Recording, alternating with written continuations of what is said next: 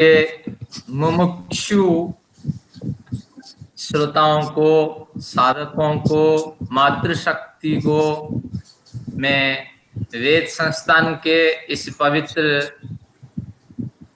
शोध कक्षा से निवेदन करता हूं, अभिवादन करता हूं, नमन करता हूं। और आप सभी लोग स्वस्थ रहिए, कर्मठ बने रहिए, परमेश्वर से यह प्रार्थना करता हूं। हम लोगों के लिए बड़ा ही सौभाग्य का अवसर अभी हस्त प्राप्त हुआ है कि आज से लेकर लगभग 3-4 माह तक हम लोग सांख्य दर्शन का स्वाध्याय करेंगे। सांख्य दर्शन के गंभीर सिद्धांतों को समझेंगे और उनको समझकर जीवन में कैसे धारण करेंगे, इस पर भी मनन करेंगे, चिंतन करेंगे और निदिध्यासन यानी आचरण करेंगे। एक बहुत बड़ा अवसर हमारे हाथ में प्राप्त होने वाला है। परमेश्वर हमारी जो निष्ठा है, हमारी जो श्रद्धा है, उसको इसी प्रकार सक्रिय बनाए रखें, उनसे प्रार्थना है। और आज से सांख्य दर्शन का जो प्रारंभ हम करने वाले हैं, तो उसमें आज का जो विषय है प्रारंभिक परिचय सांख्य दर्शन का, उस कड़ी की ओर मैं आपको ले जा रहा हूं। आज का जो चर्चित विषय है वह है महर्षि कपिल प्रणीत सांख्य दर्शन का प्रारंभिक परिचय। इस पंक्ति में सांख्य दर्शन को प्रणयन करने वाला, सांख्य दर्शन की रचना करने वाला, सांख्य दर्शन को संग्रहित कर एक विधिवत स्वरूप में प्रस्तुत करने वाला जो आचार्य है वह है महर्षि कपिल। तो महर्षि कपिल द्वारा जो सांख्य दर्शन प्रस्तुत हुआ है उनमें कई विषयों को स्पर्श करेंगे। एक बार मैं आपको हेडलाइंस दिखा देता हूं जिससे आपकी रुचि बनी रहेगी। सबसे पहले दर्शन और दार्शनिक परंपरा की थोड़ी चर्चा करेंगे, क्योंकि कोई भी दर्शन पढ़ते हैं थोड़ी परंपरा का भी ज्ञान होना चाहिए। आप कहाँ रहते हैं ना, भारत में। विदेश में कोई पूछता है भारत में तो किस स्टेट में, जरूर पूछता है रामकृष्ण की भूमि। तो उसी तरह जब दर्शन की बात करते हैं तो आस्तिक, नास्तिक और सांख्य, वैशेषिक आदि दर्शनों की तो चर्चा होनी चाहिए, थोड़ा उसका भी अध्ययन करेंगे। महर्षि कपिल शब्द का निर्वचन करेंगे, उनके पारिवारिक स्थिति के बारे में जानेंगे। फिर सांख्य शब्द का अर्थ अध्ययन करेंगे। सांख्य के जो 25 सिद्धांत, इन पे भी थोड़ी चर्चा करेंगे। और इसके बाद सांख्य दर्शन के कुछ प्रमुख पहलुओं पर भी चर्चा करेंगे, जिससे हमारी निष्ठा, हमारी रुचि, हमारी श्रद्धा इस दर्शन पर बनी रहे। तो इस तरह कुछ प्रमुख बिंदुओं पे चर्चा करते हैं। सबसे पहले आपको घर में पूछते होंगे लोग, आप कहाँ जॉइन करने जा रही हैं? तो आप कहते हैं मैं दर्शन की कक्षा में जॉइन करने जा रही हूँ, सांख्य हो, कुछ भी हो। एक मन में प्रश्न उठता है, दर्शन क्या है? दर्शन शब्द की परिभाषा कर दी जाए तो आगे स्पष्ट हो जाएगी कि ये सांख्य क्या है, फलाना क्या है, इत्यादि जो व्यवस्थाएं वो स्पष्ट हो जाएंगी। तो दर्शन की परिभाषा सबसे पहले करते हैं। दृश्य धातु से शब्द बनता है, दृश्य, जिसको पस आदेश हो जाता है, बच्चे पढ़ते हैं, आप भी पढ़ते होंगे 8वीं 9वीं 10वीं में, पश्यति, पश्यतः, पश्यन्ति, देखने के अर्थ में। तो दृश्य धातु से दर्शन शब्द का निर्वचन होता है। अगर व्युत्पत्ति के ढंग से इसको तोड़ दें, दृश्यते यानी देखा जाता है, देखा जाता है यानी ज्ञायते, अनुभव किया जाता है। दृश्यते ज्ञायते परम तत्वम अनेन इति दर्शनम। जिन लोगों के पास कलम और कागज है तो ये बढ़िया अवसर वो न खोए, तो उसको नोट करिए। दृश्यते ज्ञायते परम तत्वम अनेन इति दर्शनम। अनेन शास्त्रेण, जिस शास्त्र से परम तत्व का दर्शन हो जाता है, यानी ज्ञान हो जाता है, अनुभव हो जाता है और उस परम तत्व के निकट हम पहुंच पाते हैं, उसको हम दर्शन कहते हैं। परम तत्व के दो अर्थ यहां होंगे। नंबर 1 कि सृष्टि के जो सूक्ष्म भूत पदार्थ है, सृष्टि के जो वास्तविक पदार्थ है, सृष्टि का जो मूल स्वरूप है, उनका नाम परम तत्व है। दूसरा परम तत्व है सभी देवों में परम देव परमेश्वर है। तो पदार्थों का यथार्थ अनुभव हमें हो जाता है और परम तत्व का अनुभव भी हो जाता है, साक्षात्कार भी हो जाता है और उनके साथ हमारा नित्य संबंध बना रहता है। तो इस तरह परमेश्वर के साथ हमें जोड़ने वाली जो कड़ी है, तो ये दर्शन शास्त्र है। और पदार्थों के वास्तविक स्वरूप के ज्ञान हो जाने पर क्या होता है कि जिसके बारे में हमें जानकारी नहीं होती है, उसका उपयोग हम नहीं कर पाते हैं। जिसके बारे में हमें जानकारी होती है, उसका भरपूर उपयोग करते हैं। आप जानते हैं कि बिजली का अगर ज्ञान हमें हो जाए तो बिजली का बढ़िया उपयोग करते हैं। अगर ज्ञान नहीं होता है बिजली का तो बड़े दुखी होते हैं, झटके भी खा जाते हैं। तो मोदी सरकार, अगर नरेंद्र मोदी को हम टीवी आदि में नहीं देखते, व्यक्तिगत हाँ हम कभी उनके सम्मेलन में मिले नहीं उनसे, तो भले ही हमारे मोहल्ले में गुजर जाए, हमारे घर से पानी पी के वो निकल जाए, तो हमें नरेंद्र मोदी ये है उस तरह कोई भावना हमारे हृदय में जागेगी नहीं। अगर हम टीवी आदि से देख करके, श्रवण न्याय से या दर्शन न्याय से उनके बारे में परिचय प्राप्त कर चुके होते हैं हम लोग, तो निश्चित रूप से उनके प्रति श्रद्धा होगी। और हमारे देश के प्रधानमंत्री है, तो इस तरह कुछ ना कुछ भावना हमारी व्यक्त होगी। तो इसीलिए पदार्थों के मूल तत्व जानना भी आवश्यक है, किस पदार्थ का क्या गुण है, क्या स्वरूप है। और परमपिता परमात्मा जिन्होंने हमें जन्म दिया है, शरीर दिया है, बुद्धि दी है और आज चिंतन मनन कर पा रहे हैं, ये बढ़िया अवसर हमें दिया है, उनका भी हमें ज्ञान होगा और उनके प्रति हम आभार व्यक्त भी कर पाएंगे। हमारी भावनाओं को समझेंगे और उनकी भावनाओं से भी हम लाभान्वित होंगे। तो ऐसी जो कड़ी है, ऐसा जो पुल बना है, तो वो पुल कौन है? ये दर्शन शास्त्र है। तो इसलिए आपको ध्यान रखना पड़ेगा कि ये दर्शन शास्त्र हमें पदार्थों के स्वरूप का ज्ञान कराता है, परम तत्व का सानिध्य प्राप्त कराता है। इस लोक में जब तक होते हैं उनका वास्तविक ज्ञान भी हमें कराता है। अब चलते हैं ये दार्शनिक परंपरा पे थोड़ी नजर डाल देते हैं। पहले वेदांती शास्त्रों का निर्माण हुआ, वेदांती शास्त्रों का साक्षात्कार हुआ। सभी से निवेदन है म्यूट कर लें क्योंकि संख्या अधिक होगी। सभी अपने अपने म्यूट कर लें, कोई जल्दबाजी नहीं। तो जो दाईं तरफ आपका माइक है उस पे आप क्लिक करते ही, प्रेस करते ही वो म्यूट हो जाएगा। अब आते हैं थोड़ी दार्शनिक परंपरा की चर्चा करते हैं। प्रारंभिक पर्याय में अग्नि, वायु, आदित्य, अंगिरा आदि से लेकर एक बड़ी लंबी अवधि तक वेद शास्त्रों का प्रभाव रहा। ये 20,379 मंत्रों वाले जो वेद हैं, 4 वेद है, इनकी अवधि एक लंबी समय तक चली। इसके बाद इन पे टिप्पणियां होनी शुरू हुई। इसको ब्राह्मण साहित्य की परंपरा कहते हैं।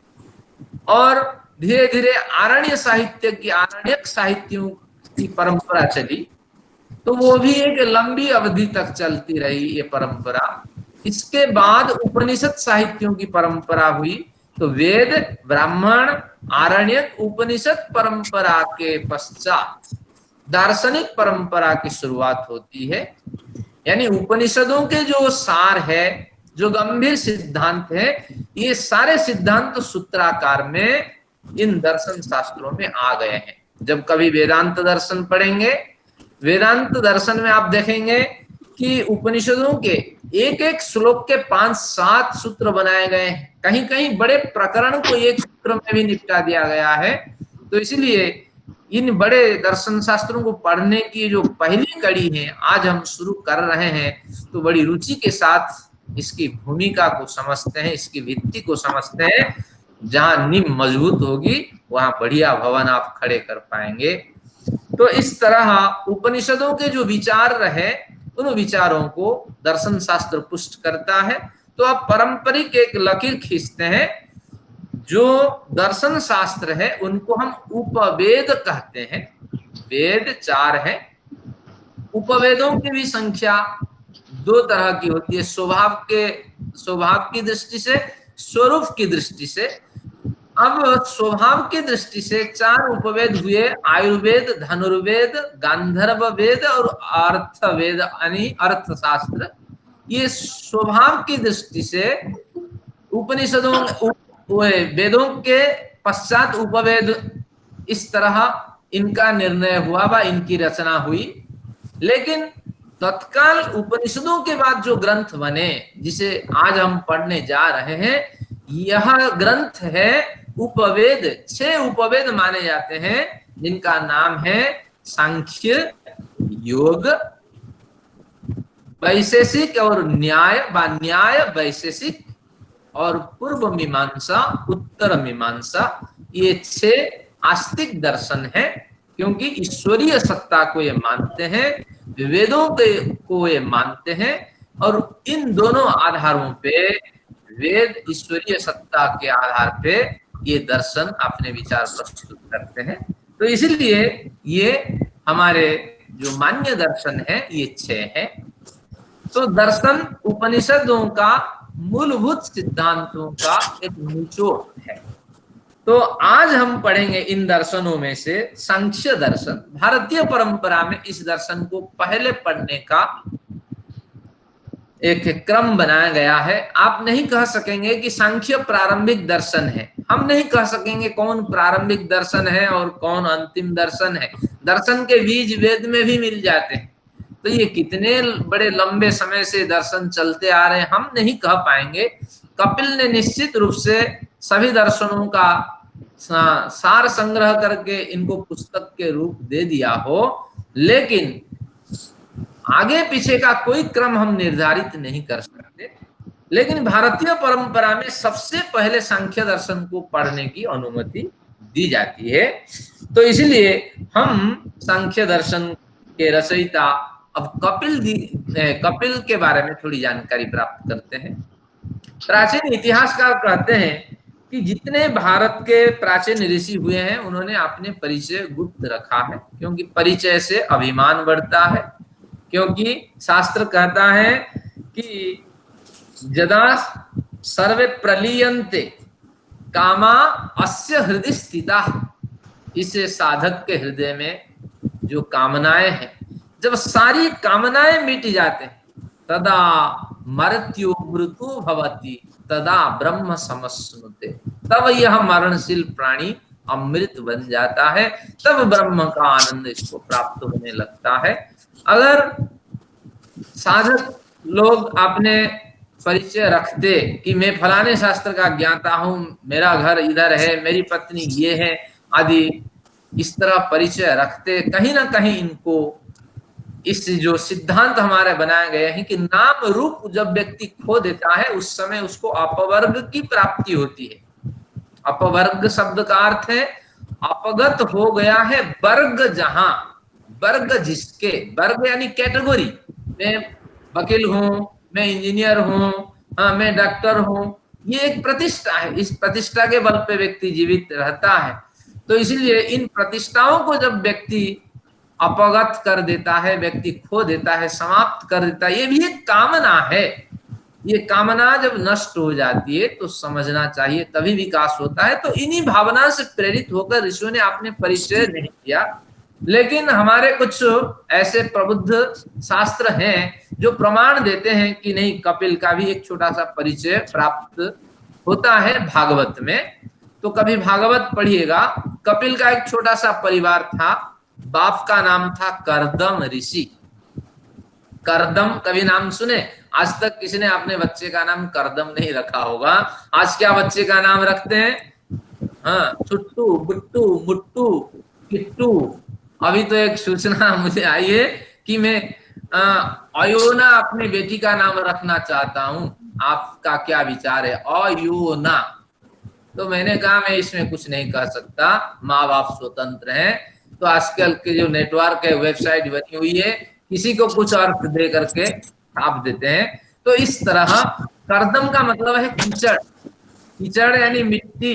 तो मिट्टी के हम सब पुतले हैं, मिट्टी से पलते हैं, मिट्टी से पैदा होते हैं और मिट्टी में भी विलीन हो जाते हैं। हमारे पूर्वज सब इसी में विलीन हो गए हैं। तो इसलिए क्या बढ़िया प्राचीन सिद्धांत रहे। तो ऋषि कपिल के जो पिता रहे उनका नाम था करदम ऋषि, माँ का नाम था देवहूति। हुति पुकार को कहते हैं, देवताओं को पुकारने वाली, जो आहुति देते हैं ना। आ समन्तात हुयते, यानी भली भांति जब देवताओं को पुकारा जाता है, भली भांति देवताओं के नाम से जब परम पिता को पुकारा जाता है, उसका नाम आहुति है। तो इसलिए देवहूति इस तरह नाम प्राचीन काल में रखा जाता था। और उन दोनों के गर्भ में पुत्र आए कपिल। कपिल पढ़ लिख करके बड़े विद्वान हुए, गुरुकुल के आचार्य रहे और कर्दम ऋषि संन्यास ग्रहण कर गए। अब माँ अकेली रही, तो माँ फिर पुत्र आश्रित हुई, तो पुत्र के ज्ञान विज्ञान को कुछ जानने की चेष्टा की। तब माँ को कुछ समझाने के प्रयोजन से कपिल ने भारतीय सिद्धांत उस समय जो को पढ़ा रहे थे और जो सिद्धांत बिखरे हुए थे उनका संग्रह किया। तो कपिल देव का हम बड़ा धन्यवाद करते हैं। तो वही कपिल सिद्धांत आज हम पढ़ने वाले हैं, कपिल के सांख्य सिद्धांत। जैसे कर्दम का अर्थ कर दिया, जैसे देवहूति का अर्थ कर दिए, तो उस तरह कपिल का भी अर्थ करना चाहिए। तो कपिल शब्द का अर्थ होता है भूरा, भूरे रंग वाला व्यक्ति, इसका रंग भूरा। तो इसलिए भूरे रंग में बहुत से कलर आ जाते हैं। Brown colour is a composite colour, सभी हम लोग जानते हैं। तो इसलिए बहुत से सिद्धांत कपिल के सिद्धांत में आ गए हैं, इसलिए इनका नाम कपिल है। अथवा बालकावस्था में ये व्याधि से पीड़ित रहे, इसलिए भूरे वर्ण वाले व्यक्ति कपिल कहलाते हैं। तो इस तरह ये कपिल के सिद्धांत हमारे हाथ लगे। ये कपिल का इतना ही परिचय मिलता, आगे कोई परिचय नहीं मिलता। तो अब इसी सिद्धांत से हमने समझ लिया, इस शास्त्र का प्रवक्ता, शास्त्र को उपदेश करने वाले जो संत हैं महर्षि कपिल, और सुनने वाले श्रोता कौन है? सुनने वाली श्रोता उनकी माँ देवहूति। तो देवहूति एक सामान्य महिला रही। तो निश्चित रूप से सामान्य महिला को जो बातें समझ में आ जाए, तो उन्हीं बातों का संग्रह इस ग्रंथ में है। हम सामान्य कैटेगरी के लोग हैं, तो इसीलिए भारतीय दर्शन शास्त्र में प्रवेश के लिए निश्चित रूप से हमें अधिकार प्राप्त है। जहाँ कपिल की माँ समझ पाती है, और वो फिर 80-90 साल की वृद्धा होगी, क्योंकि पति इनके संन्यास लेके चले गए, 75 साल में गए होंगे। तो निश्चित रूप से ये 80-75 की ये वृद्धा होगी। तो वो समझ पाती है, तो हम तो नहीं समझ पाएंगे, हम तो 10 कदम आगे हैं। तो इस आत्मविश्वास के साथ अब दर्शन शास्त्र में कूदते हैं। तो ये हमारी हो गई कपिल देव जी के परिचय की प्रविधि। अब आते हैं, मन में प्रश्न उठता है, ये सांख्य क्या है? कपिल ने नाम सांख्य क्यों रख दिया? और कुछ रखता, सुट्टू गुट्टू मुट्टू, हम कई नाम रखते हैं। तो अब कपिल क्या कहना चाहते थे ये तो हम नहीं जानते हैं, लेकिन अब व्याकरण प्रक्रिया से इसको सिद्ध करते हैं। सम उपसर्ग है, इसमें क्या आवाज नहीं आ रही। हाँ जी, एक बार और देखिए। नेटवर्क की प्रॉब्लम जिनकी होगी उनको आवाज नहीं आएगी, तो दोबारा लीव करके फिर दोबारा ज्वाइन कर जाइए। आवाज नहीं आ रही। हाँ, मैं वही कह रहा हूँ, लीव कर जाइए एक बार, फिर दोबारा ज्वाइन कर लीजिएगा। और सभी को आ रही या नहीं आ रही देख लीजिएगा। अब आ रही है। हाँ, तो अब चर्चा करते हैं। नेट की प्रॉब्लम होगी। हाँ जी, तो जिनको समस्या हो पहले लीव कर लीजिए, फिर दोबारा ज्वाइन कर लीजिएगा। आइए चर्चा करते हैं, इस दर्शन को हम सांख्य दर्शन के नाम से क्यों पुकारते हैं। तो व्याकरण की दृष्टि से सम उपसर्ग होता है, जिसको प्रीफिक्स कहते हैं, पहले जोड़ा जाता है। सम यानी भली भांति, उत्तम प्रकार से। ख्या धातु है, ख्या प्रकथने, प्र यानी प्रकृष्ट रूप से, कथन बोलना, व्यक्त करना, प्रतिपादित करना, प्रस्तुत करना। तो ये हुआ समरुख्या। इसको बना दीजिए संस्कृत में, सम्यक ख्यानम इति सांख्यम। जिनके पास पेन है धन्यवाद के अधिकारी हैं। तो सम्यक ख्यानम इति सांख्यम, सम्यक कथन जिस शास्त्र में किया गया है तो उस शास्त्र का नाम सांख्य है। सम्यक कथन का मतलब है कि भली भांति आत्म साक्षात करके अनुभव से उस सिद्धांत को परख करके जब शास्त्र में स्थापित कर दिया गया तो उस सिद्धांत का नाम रहा सांख्यम। आप भी जानते हैं संख्या एक शब्द है, तो इसी से बनता है। अब संख्या की दृष्टि से भी इसकी सांख्य शब्द की एक दूसरी परिभाषा बन जाएगी, संख्यासु भवम सांख्यम। संख्यासु भवम सांख्यम, संख्याओं में जिस शास्त्र का संबंध है। तो शास्त्र में, सांख्य शास्त्र में कुछ संख्याओं की गिनती है सृष्टि के, और संपूर्ण जो मैटेरियल, जो सृष्टि के साथ साथ जो चेतन जगत है, तो उन सभी सृष्टि, जड़ चेतनमयी सृष्टि के जो रहस्य है, उन रहस्यों को उन्होंने 25 सिद्धांतों में बांटा है। तो 25 संख्याओं की गिनती उन्होंने की है। कुछ समीक्षक कहते हैं जब प्राचीन भारत में दर्शन शास्त्र विकसित हो रहे थे, सभी दर्शन शास्त्र अपनी अपनी संख्या का दावा कर रहे थे। वैशेषिक दर्शन कह रहा था कि 6 पदार्थों में मैं सृष्टि के सारे रहस्यों को समेट लूंगा। न्याय दर्शन का तर्क था उस समय, मैं 16 पदार्थों में, 16 संख्याओं में सारा सृष्टि का जो सिद्धांत है उनको मैं समेट लूंगा।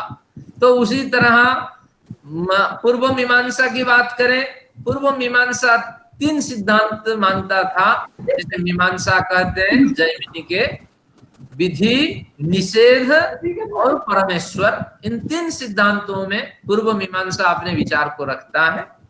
और उत्तर मीमांसा जिसे हम वेदांत दर्शन कहते हैं, उसके भी 3 सिद्धांत हैं, जीव, ब्रह्म और प्रकृति। तो इस तरह सभी अपने अपने संख्या की दावा कर रहे थे। और योग दर्शन का दावा था 24 सिद्धांत में सारी सृष्टि समेट जाएगी। तो उस समय सांख्य का एक नवीन मत रहा कि 25 सिद्धांत भी आपको मानना पड़ेगा। तो 25 संख्या के रूप में जिन्होंने संपूर्ण सृष्टि के रहस्यों को देखा, जाना, परखा, तो उस संख्यासु भवम सांख्यम जो परिभाषा है यही कहता है कि संख्याओं से जिस दर्शन का संबंध है वो सांख्य है। लेकिन तत्वतः देखा जाए कि संख्या भी सम्यक कथन ही करती है। देखिए, मैं कहा 10 संख्या, तो अगर 10 कहा, सोच समझ के कहा ना, निरर्थक तो नहीं कहा। अगर मैंने सोच समझ के 10 संख्या की बात मैंने कर दी तो समझ लेना चाहिए ये 10 संख्या 11 नहीं हो सकती, 9 भी नहीं हो सकती, 5 भी नहीं हो सकती, 6 भी नहीं हो सकती, 10 ही 10 होगी। तो इसी तरह कहीं भी 10 संख्या को लेके जाइए, सब कहेंगे ये 10 है, भले उसके स्वरूप बदल जाए। संस्कृत में 10 हम लिख दें तालव्य स में, हिंदी में 10 दंत्य स में लिख दें, अंग्रेजी में 10 लिख दें, तो इसी तरह किसी तरह लिख ले, लेकिन 10 ही रहने वाली है संख्या। तो इसीलिए जो सिद्धांत सांख्य शास्त्र में आपको मिलेंगे ये सम्यक ज्ञान, सम्यक कथन का सिद्धांत होगा। तो इसीलिए इस निष्कर्ष पे हम अब निकले कि सांख्य का मतलब सम्यक कथनम, सम्यक प्रकथनम, सम्यक कथनम, सम्यक जो कथन प्रतिपादन सिद्धांत का हुआ है वही सांख्य है। जब सम्यक सिद्धांत को हम जानते हैं तो हमसे गलती होने की कोई इस तरह गुंजाइश नहीं होने वाली है। तो अब हम चलते हैं कि सांख्य जो सिद्धांत है उस सिद्धांत में किन किन विषयों की चर्चा है जिनसे हम लाभान्वित हो सकते हैं, इसकी चर्चा करनी चाहिए। इससे पूर्व एक प्रश्न और भी विवेच्य है कि सांख्य जो भी है, कपिल ने जो भी कहा, उसके माँ के साथ जो भी घटना हुई, हमें इससे क्या लेना देना। लेकिन इन दर्शन शास्त्रों से हमें लाभ क्या मिलने वाला है, पढ़ लेने से हमें क्या हो जाना है। तो शास्त्र कहता है कि ये सारे भारतीय जितने ज्ञान विज्ञान है और विश्व में जो भी आध्यात्मिक ज्ञान फैला हुआ है और जो भी भौतिक ज्ञान है, सभी का मूल स्रोत तो वेद ही है। क्योंकि जब कहीं कुछ नहीं था, यही ज्ञान का प्रकाश, तो धीरे धीरे ज्ञान का प्रकाश रोशनी फैलाता हुआ चला गया। तो इसलिए हम चाहते हैं कि ये जो दर्शन शास्त्र वेदों को पुष्ट करता है, बिना दर्शन के ज्ञान के वेदों का यथार्थ अर्थ प्रतिपादन आप नहीं कर सकते। ये आप जब शास्त्र पढ़ेंगे तभी आपको इसका ज्ञान होगा। क्योंकि हमारी परंपरा है सबसे पहले आप वेदांगों का अध्ययन करें, शिक्षा, कल्प, व्याकरण, निरुक्त, छंद, ज्योतिष। इससे क्या होगा कि वेदों के यथार्थ स्वरूप को जानने के लिए आपको भाषा का ज्ञान प्राप्त होगा। अब भाषा के ज्ञान से समृद्ध होने के पश्चात आपको उपवेद का अध्ययन करना पड़ेगा। उपवेद क्या है? दर्शन। तो इस ज्ञान को अध्ययन करने के बाद आपकी बुद्धि प्रखर होगी और सिद्धांत को आप समझ पाएंगे। एक उदाहरण मैं आपके समक्ष रखता हूं, आपको बड़ी खुशी होगी। पुरुष सूक्त में एक मंत्र आता है जिसमें कहा गया, सहस्र शीर्षा पुरुषः सहस्राख्य सहस्रपात। एक पुरुष है जिसके 1000 आंख है, 1000 सिर है, सहस्रपाद 1000 पैर है, और सभूमिम सर्वतो स्पृत्वा, वह पुरुष भूमि को यानी संपूर्ण सृष्टि को सब ओर से व्याप्त होकर अति अतिष्ठ दशांगुलम, इस पृथ्वी से भी 10 अंगुल बड़े हैं, या इस संपूर्ण विश्व में व्याप्त होकर इस विश्व जैसे और 10 विश्व के बराबर है। विश्व यानी होल कस्मस, इस होल कस्मस से 10 विश्व के बराबर है। अब 10 यहाँ बहुत्व का वाचक है। वेद में आता है शतक क्रतु, सैकड़ों कर्मों को करने वाला। सौ का वाचक नहीं है, सत शब्द नहीं है, सौ का वाचक हजारों अरबों खरबों का वाचक है। 10 शब्द भी अरबों खरबों का वाचक शब्द है। तो अब इसका अर्थ करते हैं, कोई सुने। सामान्य जो दर्शन शास्त्र नहीं जानता है उसके सामने अर्थ यही उभरेगा कि जो इस एक पुरुष है, उसका 1000 सिर है, एक सिर में 2 नेत्र होना चाहिए, लेकिन उन्हें 1000 आंख है। तो कहीं ना कहीं ऋषि भ्रांति में रहा होगा, उसको पता ही नहीं होगा। फिर एक सिर में 2 पैर होते हैं, तो लेकिन ऋषि 2000 पैर न कर करके 1000 पैर कह दिए। तो इस सिद्धांत को समझने के लिए हमें दर्शन आदि शास्त्रों में जाना पड़ेगा। अन्यथा जो दूसरी परंपराएं बनी, लोक कथा को पुराण आदि ने स्थान दिया, तो पुराण साहित्य में बड़े बड़े मूर्ति बनाए गए और उनके बहुत से खोपड़ियां निकाल ली गई, बहुत सी आंखें निकाल ली गई, बहुत से हाथ, बहुत से पैर निकाल दिए गए। आज मूर्ति भी मंदिरों में ये मूर्तियां पूजी जाती है। यही परमेश्वर है, आप समझो।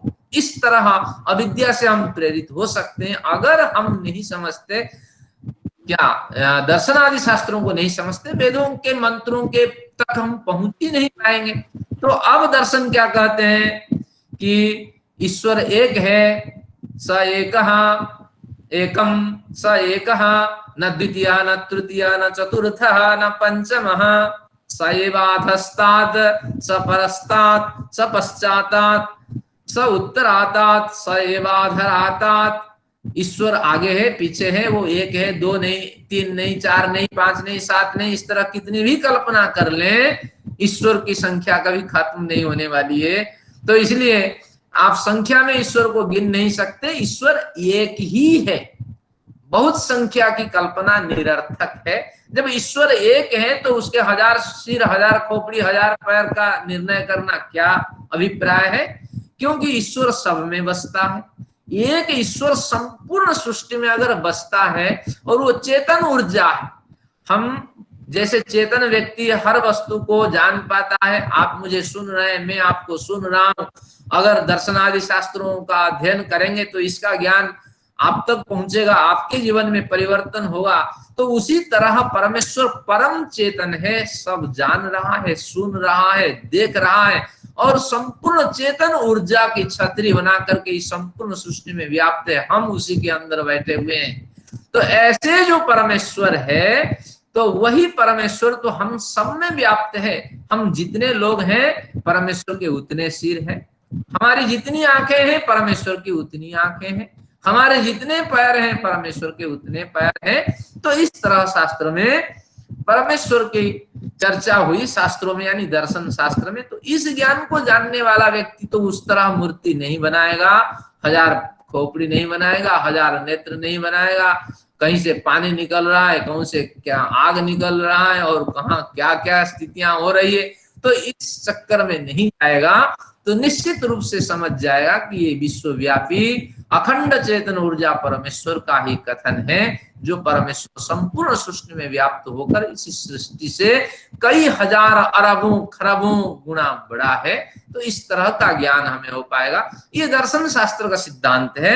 इसको बिना पढ़े हम किसी निष्कर्ष पे नहीं निकल सकते, इसलिए सीढ़ियां बनी हुई है। आप वेद अध्ययन करना शुरू करिए।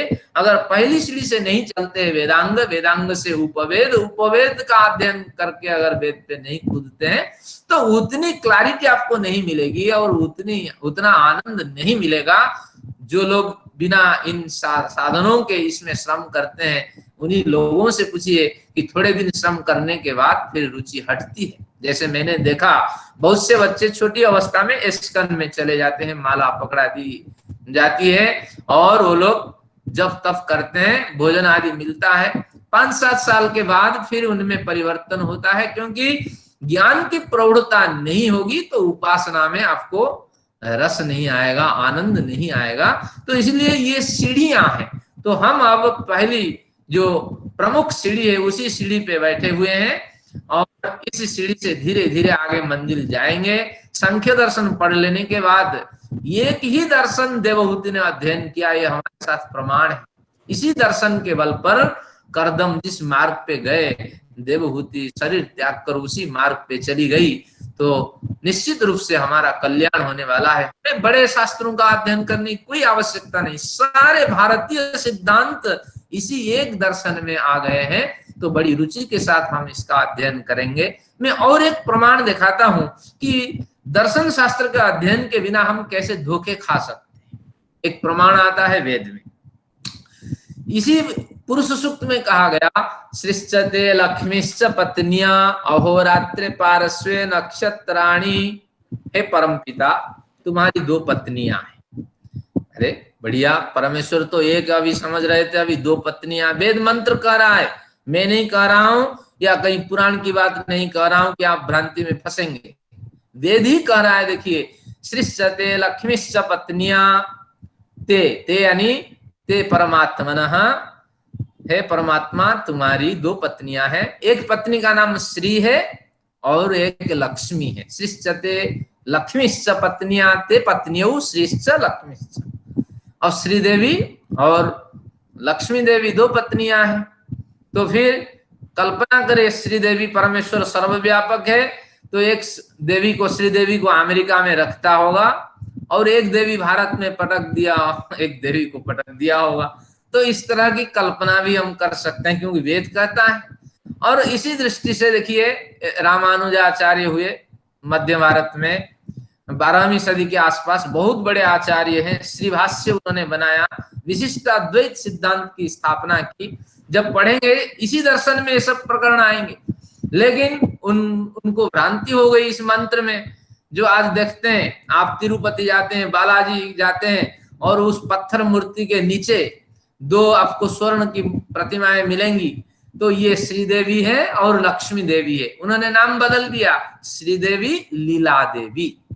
तो ये क्या प्रमाण है इसके पीछे? ना वेद का ये मंत्र प्रमाण है। तो इस तरह परंपराएं बन गई। जब दर्शन शास्त्र अध्ययन करेंगे तो समझेंगे। पत्नी और पति शब्द समझ जाए तो शास्त्र सुलझ जाएगा। पति शब्द का अर्थ होता है जो पालन करे, जो रक्षण करे, वो पति है। पाति इति प्रतिपा धातु से इसकी निष्पत्ति होती है। पा यानी रक्षा करना, जो रक्षा भी करता है पालन भी करता है। उसी पति शब्द से जब गीप प्रत्यय करेंगे, संस्कृत में शब्द नहीं बदलेगा, उसी पति शब्द से जब गीप प्रत्यय कर लेंगे तो आपकी पत्नी शब्द की निष्पत्ति हो जाएगी। तो अब क्या बात बनी कि जो पालन करे रक्षण करे वो पति भी है, वो पत्नी भी है। तो इसीलिए अब कहते हैं हे परमेश्वर, तुम्हारे पालन करने वाली रक्षण करने वाली तुम्हारी तुम्हारी पत्नियां हैं, यानी तुम्हारी पालन करने वाली रक्षण करने वाली दो शक्तियां हैं। तो यानी परमेश्वर की प्रतीति, परमेश्वर की अनुभूति कराने वाली दो शक्तियां हैं कि पालन करना और रक्षण करना। और पत्नियों के नाम ले लीजिए, श्रीश्चते लक्ष्मीश्च पत्नियां, श्री श्रयते इति श्री धातु श्रृंग श्रयणे समृद्धि जो प्रदान करती है वो श्री है। जब आप में समृद्धि हमारी आ जाती है और हम जिस परिवेश में रहते हैं उस परिवेश को जो समृद्ध बना देते हैं, तो निश्चित रूप से परमेश्वर की शक्ति इन स्थलों में गुजरती है और उसके जो प्रमुख पोषक है वो उस शक्ति से युक्त हो जाता है। तो इस तरह परमेश्वर की अनुभूति कराने वाली ये शक्ति श्री शक्ति के नाम से जानी जाती है।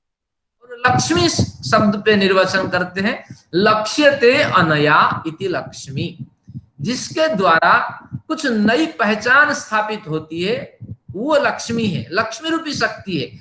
आम आदमी जीवनचर्या जी रही होती है, आम आदमी के द्वारा जीवनचर्या किसी तरह जी जाती है, लेकिन उस जीवनचर्या को जीते हुए व्यक्ति अगर एक कुछ विलक्षणता अपने में उत्पन्न कर लेता है तो निश्चित रूप से उसमें विलक्षणता आने लगती है, वो लक्ष्मी शक्ति के रूप में पहचानी जाती है। जैसे बहुत से लोग अब सो रहे हैं, हमने एक विलक्षणता उत्पन्न की, कुछ समय आपने दिया, कुछ समय मैंने दिया, कुछ स्वाध्याय हुआ, तो परमेश्वर की एक शक्ति यहाँ हमारे बीच चमक रही है, दमक रही है। इसी शक्ति का नाम लक्ष्मी है।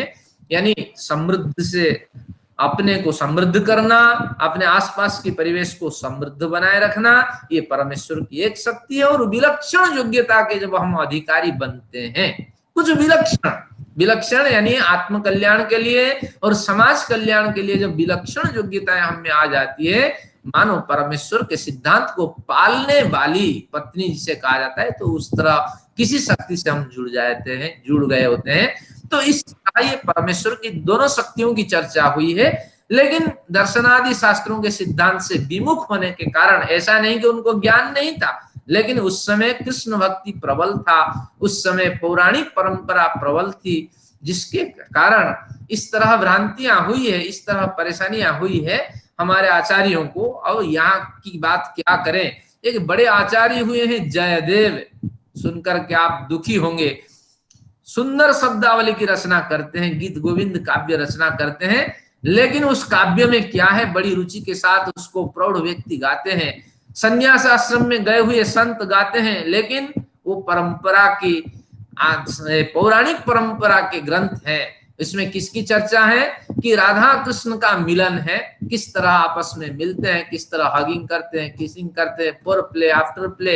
अगर वो व्यक्ति संस्कृत पढ़ा लिखा होता तो उसकी समाधि वहीं टूट गई होती और उसकी साधना वहीं खंडित हो गई होती, लेकिन बड़ी श्रद्धा के साथ वो व्यक्ति गाता है। तो इस तरह जयदेव भ्रांत हुए, परंपरा उनको भ्रांत कर दी, लेकिन महर्षि दयानंद के कारण कुछ जागरूकता आई है। अब इस जागरूकता रूपी रोशनी को हम आगे बढ़ाएंगे। हमारे पूर्वाचार्य तो जो कर गए, लेकिन हमारे आगे जो सिद्धांत है उसको हम पुष्ट करेंगे। एक योग दर्शन में सूत्र आता है, हेयम दुखम अनागतम, चर्चा होगी इस दर्शन पे जब आएंगे कि हम किस दुख को हटाना चाहते हैं। बहुत से दुख हैं जो दुख हमें कष्ट देते हैं, जैसे किसी ने हमें अपमानित किया, कहीं हमारी चोरी हो गई, कहीं हम बेवकूफ बन गए, कहीं हम अज्ञान थे जिसके कारण हमारा अपमान हुआ। तो इसको जब स्मरण करते हैं बड़े दुखी होते हैं, अरे कितने नालायक में था, अरे कितना दुष्ट था। जैसे कल व्याख्यान में अग्निहोत्री जी ने कहा कि घर वाले मुझे भेजे घी लेने के लिए मैंने कहा आग तो जलानी है तो कम पैसे वाला घी क्यों ना लिया जाए, तो बड़े महंगे घी क्यों लिया जाए, कौन सा खाया जाए। तो उस तरह जब ग्लानि होती है तो स्मरण करें, या वर्तमान जिस दुख की स्थिति कर रहे हैं, अभी भी परेशानी है, तंगी है, आर्थिक समस्याएं हैं, अभी भी शत्रु हैं, दुश्मन हैं, उनके साथ हमारी लड़ाई चल रही है, भयंकर स्थितियों में गुजर रहे हैं, तो इस दुख से निवृत्ति प्राप्त करने के लिए प्रयत्न करें। अतीत के दुखों का स्मरण करें, या वर्तमान दुख से लड़ें, या भविष्य दुख से अपनी जान बचाएं। तो सिद्धांत कहता है हेयम, उस दुख को हमें हटाना चाहिए। यत अनागतम, जो दुख अभी आया नहीं है, जो दुख व्यतीत हो गया है, जो कष्ट व्यतीत हो गया है, उसका स्मरण मत करो। उसको स्मरण करने से बड़ा दुख होगा। वो एक नासमझ का पीरियड था, इसको भूल जाओ। और जो दुख वर्तमान स्थिति में गुजर रहा है उसको हम टाल नहीं सकते, परेशानी तो पैदा कर रखे हैं, तो इसलिए इससे लड़ने की परमेश्वर से शक्ति मांगो। लेकिन अभी जो दुख संभावित हैं, आने वाले हैं, कल आएंगे, परसों आएंगे, नरसों आएंगे, 5 साल में आएंगे, 10 साल में आएंगे, बुढ़ापा में आएंगे, आने वाली स्थितियां, आने वाला जन्म भी हमारे आने वाला है, दिखाई पड़ रहा है। जब कुछ किया ही नहीं, आने वाला जन्म हमें क्या मिलेगा, जो किया था सो भोग लिया। अब इस स्थिति में हमें वो आने वाले जो दुख है, दुखदायक स्थिति है, उसको सुधारना है। तो हेयम दुखम अनागतम, हेयम त्याग के योग्य है अनागत दुख। तो उस अनागत दुख को हटाने के उद्देश्य से हमें इन शास्त्रों का अध्ययन करना चाहिए, इन सिद्धांतों का अध्ययन करना चाहिए। और इससे क्या होगा, हमें बल मिलेगा और आत्मविश्वास मिलेगा, और फिर हम समाधि आदि की स्थिति को प्राप्त करेंगे। वहां भी परमेश्वर का सानिध्य मिलेगा। देखा जाए सब वर्ष से हमें लाभ है, केवल थोड़ा सा श्रम हम आर्ष साहित्य में करते हैं तो निश्चित रूप से जीवन में बहुत बड़ा परिवर्तन होने वाला है। आइए कुछ मैंने फोटोकॉपी के माध्यम से सांख्य दर्शन का परिचय आप लोगों को भेजा था, उस पे चर्चा कर लेते हैं, जिससे सांख्य दर्शन क्यों पढ़ें, इसमें किन सिद्धांतों की चर्चा है, इनको जान लेने के बाद इस दर्शन में थोड़ी रुचि उत्पन्न होगी। तो आप साधक के कैटेगरी के लोग हैं, तो इसलिए सांख्य दर्शन में 3 मुक्ति की बात कही गई है। मुक्ति शब्द का अर्थ है छुटकारा पाना। किन से छुटकारा पाना? दुखों से। किन दुखों से? जो अनागत दुख है। तो ध्यान रखिए, आज से अतीत दुखों का स्मरण न करें, और जो वर्तमान दुख है उन दुखों को झेलें, क्योंकि परिस्थिति अब विकट हो चुकी है। इन दुखों को झेलें, कोई उपस्थिति बुद्धि प्रयोग करें और परमेश्वर से इसको झेलने के लिए शक्ति मांगे। लेकिन जो दुख आए नहीं है, उन दुखों से निपटने के लिए हम भरसक प्रयत्न करें। तो इस तरह साधक के कैटेगरी जो लोग होते हैं, इन प्रयत्नों से वो आने वाले दुखों को हटा देते हैं। तो सिद्धांतों के अध्ययन कर लेने के बाद जीवन सुधर जाता है, तो फिर वह साधक जीवन मुक्त कहलाता है। और जीवन मुक्त की स्थिति में वर्षों निवास करने के बाद परमेश्वर के अनुकंपा से हमें एक और बढ़िया स्थिति मिलती है, जिसे कहते हैं विदेह मुक्ति की स्थिति। उस समय हमारा जन्म ही नहीं होता है। जन्म ही नहीं होगा तो दुख किस बात की दुख है। तो इसलिए निश्चित रूप से हमें पूर्णतः एक विश्रांति मिलती है, पूर्णतः एक शांति का अवसर मिलता है। अगर विवेकानंद की भाषा में कहें, स्वामी विवेकानंद जो वेद के प्रचार करते हैं, दर्शन शास्त्र के, वो कहते हैं मुक्ति को तो मैं मानता हूं कि ये एक समर वैकेशन है, मुक्ति को तो मैं मानता हूं एक हॉलीडे टूर है। तो इसलिए यहाँ उस समय पूर्णतः जो हमने अभौतिक संस्कार कमाए हैं तो उस लेते रहते हैं। तो इस तरह संत कोटि के जो महात्मा हैं, इनके विचार हैं। जब आप शास्त्रों का अध्ययन करेंगे आपको नए विचार और भी सूझेंगे। आइए, जो मैंने सीट आपको भेजी थी उसके हिसाब से कुछ चर्चा करते हैं। सांख्य दर्शन एक दृष्टि वाली सीट में जो 3य पैराग्राफ है, इसमें बताया गया ईश्वरा सिद्ध है। इस सूत्र के आधार पर बहुत से लोग तर्क रखते हैं कि ईश्वर की चर्चा नहीं है, ईश्वर असिद्ध है। संख्य शास्त्र में ईश्वर को असिद्ध कर दिया गया है, ईश्वर की चर्चा यहाँ नहीं है। लेकिन इन लोगों को ये भ्रांति यहाँ नहीं होनी चाहिए। जब ईश्वर की बात ही सांख्य करता है तो सांख्य को ईश्वर का स्वरूप ही पता था। और यहाँ जो प्रकरण है ईश्वरा सिद्ध है, इस प्रकरण में ये कहा गया ईश्वर को हम उपादान कारण नहीं मान सकते।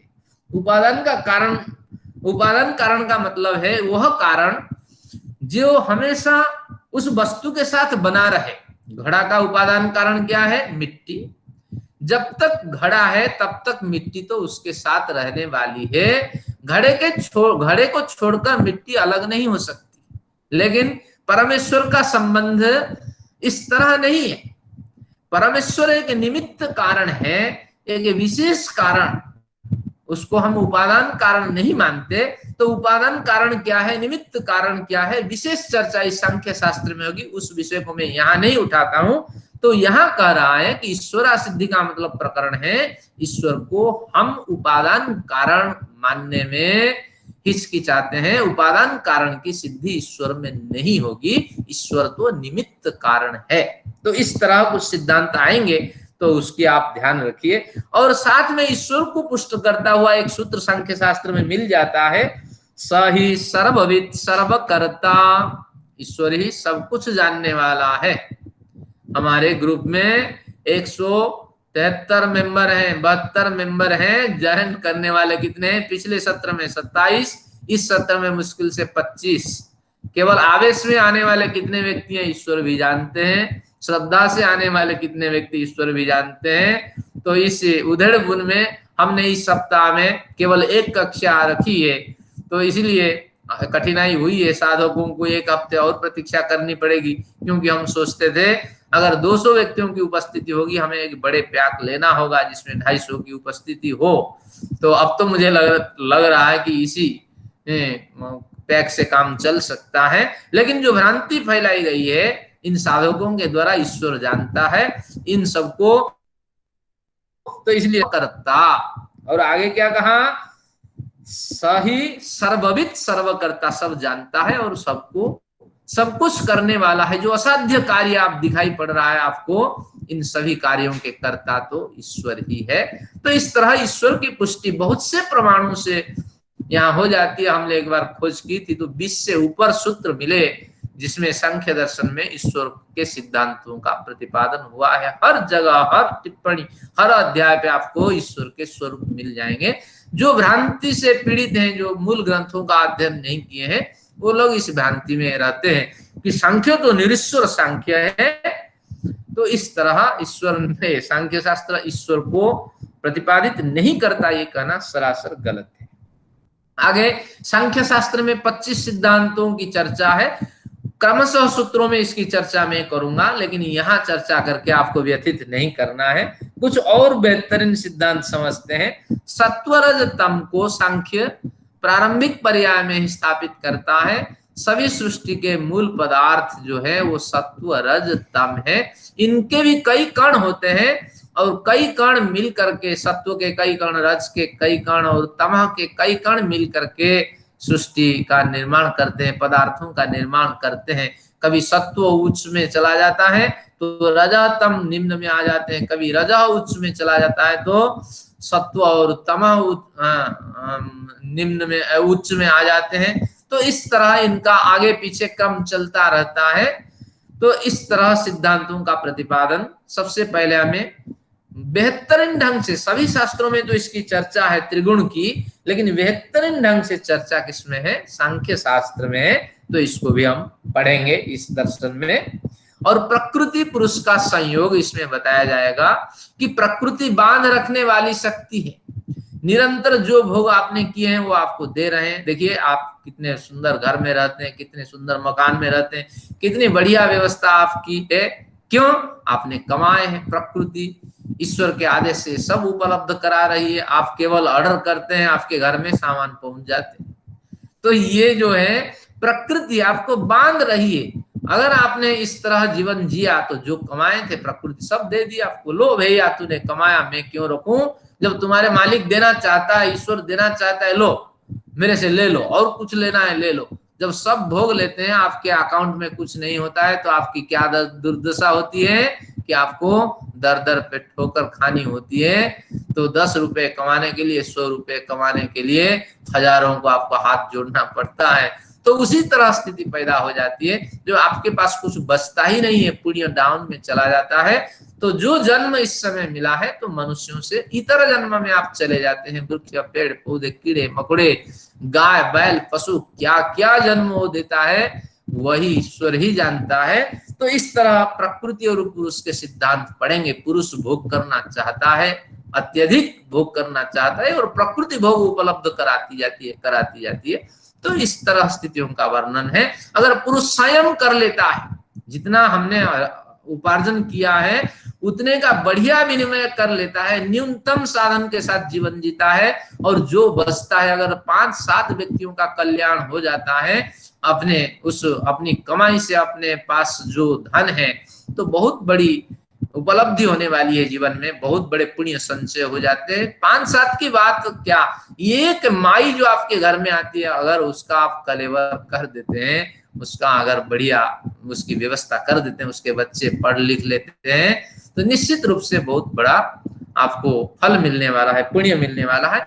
तो इस तरह प्रकृति पुरुष का यहाँ वर्णन होंगे। तो बहुत बड़े रोचक सिद्धांत इसमें मिलेंगे। साथ में एक सिद्धांत आपको और भी मिलेगा कि स्वाश्रम विहित कर्मानुष्ठानात् तत्सिद्धि, यानी अगर आप चाहते हैं जीवन में विकास करें, तो आश्रम विहित कर्मानुष्ठान के साथ आप जुड़े रहें। इस तरह सूत्र आएगा 3 अध्याय में। जिस आश्रम में आप हैं, उस आश्रम का भलीभांति आप पालन करें। अगर विकास चाहते हैं, उस आश्रम को भलीभांति पालन करें। एक नए आश्रम में जाइए, गृहस्थ से आप ब्रह्मचर्य से गृहस्थ में जाइए, और गृहस्थ को संपन्न करके आप वानप्रस्थी में जाइए, वानप्रस्थी से संन्यास में जाइए। बिना संन्यासी प्राप्ति के आपको मुक्ति नहीं मिल सकती। ये हमारे सिद्धांत है, महर्षि दयानंद का ये बिल्कुल सिद्धांत है कि संन्यास आश्रम ग्रहण किए बिना आपको मुक्ति नहीं मिल सकती। तो कैसे इसमें हम प्रवेश करें, और क्या इसमें कड़ियां हैं, महिलाएं हैं, पुरुष हैं, आज सामाजिक असमानताएं हैं, तो किस तरह साधना आदि करें, तो ये शास्त्र बताएगा आपको। तो इसलिए हम जितना भी विकास करें, आपको लग रहा होगा बहुत बड़ा काम मोदी साहब कर रहे हैं, निश्चित रूप से राजनेता क्या करेंगे, अगले बार मुक्ति को प्राप्त कर जाएंगे। लेकिन ये शास्त्र सिद्धांत जब पढ़ेंगे, वो बताएगा अरे एक राजनेता को मिलने वाला फल राजनेता को मिलेगा, एक ब्रह्मज्ञानी को मिलने वाला फल ब्रह्मज्ञानी को मिलेगा, एक ब्रह्मचारी को मिलने वाला फल ब्रह्मचारी को मिलेगा। लेकिन ऐसा नहीं कि कोई राजनेता ब्रह्मज्ञानी के फल के अधिकारी हो जाए, ये नहीं है। यहाँ तक तो हमारे विवेकानंद जी डंडा लेकर के घोषित करते हैं। क्या घोषित करते हैं? कि कृष्ण को और राम को मैं समझता हूं कि उसी जन्म में ये मुक्ति नहीं मिली होगी। ये स्वामी विवेकानंद का ये बिल्कुल एक उद्घोष है, क्योंकि हमारा सिद्धांत कहता है, शास्त्रादि वेदादि शास्त्रों के प्रमाण है कि आश्रम विहित कर्मानुष्ठान को किए बिना संभव नहीं है। निश्चित रूप से कृष्ण उस समय कृष्ण वानप्रस्थी में गए होंगे और वानप्रस्थी में संन्यास में गए होंगे, लेकिन हम इनको थोड़ा समझ नहीं पाते हैं। ये विवेकानंद जी की शायद भ्रांति रही होगी। वो प्रवाद पुरुष रहे होंगे और व्यास को उतना स्मरण नहीं होगा, वाल्मीकि का उतना स्मरण नहीं होगा कि उन्होंने ब्रह्मचर्य वानप्रस्थी लिया है, संन्यास लिया है, उसका उल्लेख नहीं है। लेकिन ऐसा हमें नहीं कहना चाहिए। लेकिन स्वामी जी का अपना विचार है। इससे ध्वनित होता है कि इस मार्ग में बिना चले हम बड़ी सफलता प्राप्त नहीं कर सकते, बिल्कुल सीढ़ियां बनी हुई होती है। तो ये सिद्धांत हमें बताएगा। और अभ्यास वैराग्याभ्याम तन निरोध, इस सिद्धांत का भी यहाँ हमें पोषण मिलेगा, क्योंकि अभ्यास का मतलब है दीर्घकाल नैरंतर्य, दीर्घकाल एक लंबे समय तक निरंतरता के साथ। निरंतरता तो बन नहीं सकती, हर मिनट हर पल तो हो नहीं सकता। एक नियमित समय में, अगर लंबे समय तक एक नियमित अवधि में आप साधना करते हैं, तभी सफलता आपको मिलेगी। इसलिए हमने समय रखा 3 दिन, और समय में भी कोई बदलाव नहीं किया, 7 से 8 रखा। ये एक अभ्यास का स्रोत है। अगर आप नियमित रूप से साधना करते हैं, स्वाध्याय करते हैं, व्यायाम करते हैं, तभी जीवन में परिवर्तन होता है, नहीं तो नहीं होता। ये सारे सिद्धांत इसी शास्त्र के हैं। अगर भोजन आज आप 2 बजे खाए, कल 4 बजे खाएंगे, परसों 5 बजे खाएंगे, नरसों खाएंगे ही नहीं, आपका स्वास्थ्य में कोई परिवर्तन नहीं होगा। तो इसलिए साधना भी यही मांगती है कि निश्चित रूप से आपको अभ्यास में रहना पड़ेगा। अभ्यास का मतलब दीर्घकाल तक और नियमित समय में आपको साधना करनी है। तो नियमित समय में आप जुड़े, ये इस तरह इस ग्रंथ से हमें सूचना मिलती है। तो इन सिद्धांतों का हम अध्ययन करेंगे तो हमें ईश्वर का सानिध्य मिले या न मिले, हमें दुखों से निवृत्ति प्राप्त करने का सौभाग्य मिले या न मिले, लेकिन हमारा प्रयत्न रहना चाहिए कि ऋषियों ने हमारे लिए जो स्थापित करके गए हैं, ग्रंथ स्थापित करके गए हैं, जिसे न पढ़ना ही ऋषि ऋण से युक्त हो जाना है, उस ऋषि ऋण से मुक्त होने के लिए हम तो निश्चित रूप से इस ग्रंथ को पढ़ने के लिए प्रयत्न करेंगे। ये संकल्प आप लीजिए और बड़ी रुचि के साथ, बड़े आग्रह के साथ आप नियमित जो निर्धारित समय, क्योंकि एडमिट करते करते हमारा अगर 5 मिनट इधर खराब होता है तो हमारे अध्ययन में भी व्याघात रहेगा। 527 सूत्र है, एक दिन में अगर 10 सूत्र पढ़ते हैं तो 30 दिन में हम 300 सूत्र, 30 क्लासेस में हम 300 सूत्र पढ़ेंगे और 6 माह में 60 क्लासेस में हम 600 सूत्र भी होगी। तो इससे पता लगता है कि 60 क्लासेस की कक्षाएं हैं। अगर इस तरह हमारे साथ आप जुड़ेंगे तो निश्चित रूप से 3-4 माह में इस बढ़िया जो सिद्धांत शास्त्र है इसका अध्ययन कर लेंगे। आगे आप बड़े दर्शन शास्त्र में जाएं या न जाएं, आपकी पहली मंजिल बुक हो जाएगी और निश्चित रूप से आपका विकास होगा।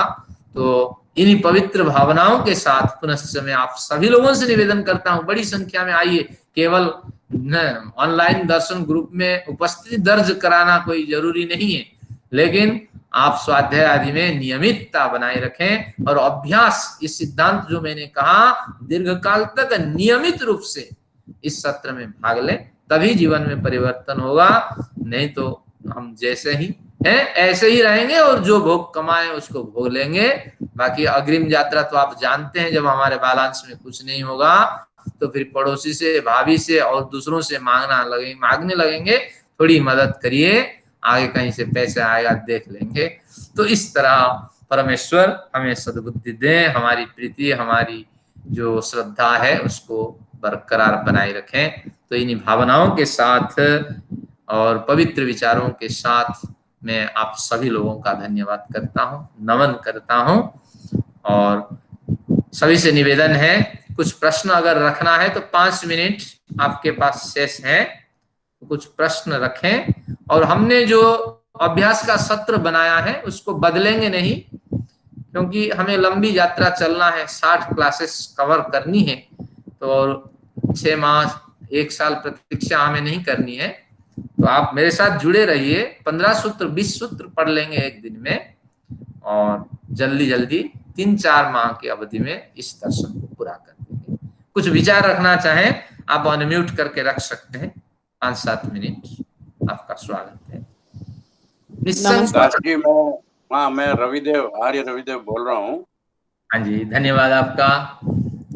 और आज इस कक्षा के अंदर में उपस्थित रह के पहली बार ये आभास हुआ है कि एक इतने अमूल्य ज्ञान के भंडार से हम लोग वास्तव में वंचित ही रहे हैं।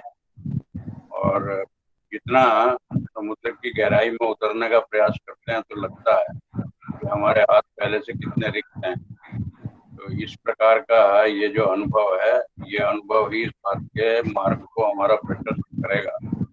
और हम सभी जिन लोगों ने इसको अभी ज्वाइन किया है या ज्वाइन करने की इच्छा रखते हैं, मैं तो सभी के प्रति शुभेच्छा रखता हूँ और स्वयं भी मन में एक संकल्प धारण करने का प्रयास करूंगा कि निरंतर इन कक्षाओं का नियमित विद्यार्थी रहूंगा।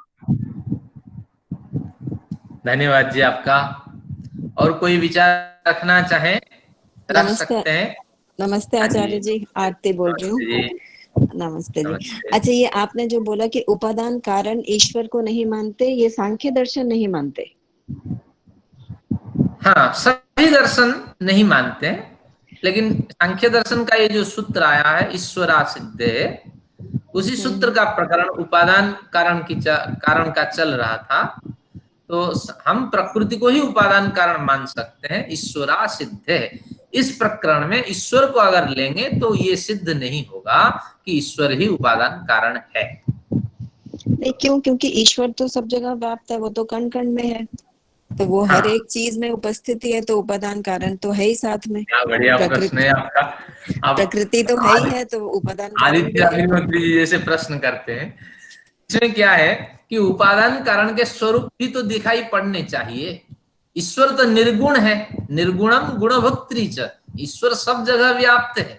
ईश्वर आधार है, लेकिन ईश्वर आधार होने पर भी वो आधार कभी आधे नहीं होता, कुआं कभी पानी नहीं बन जाता।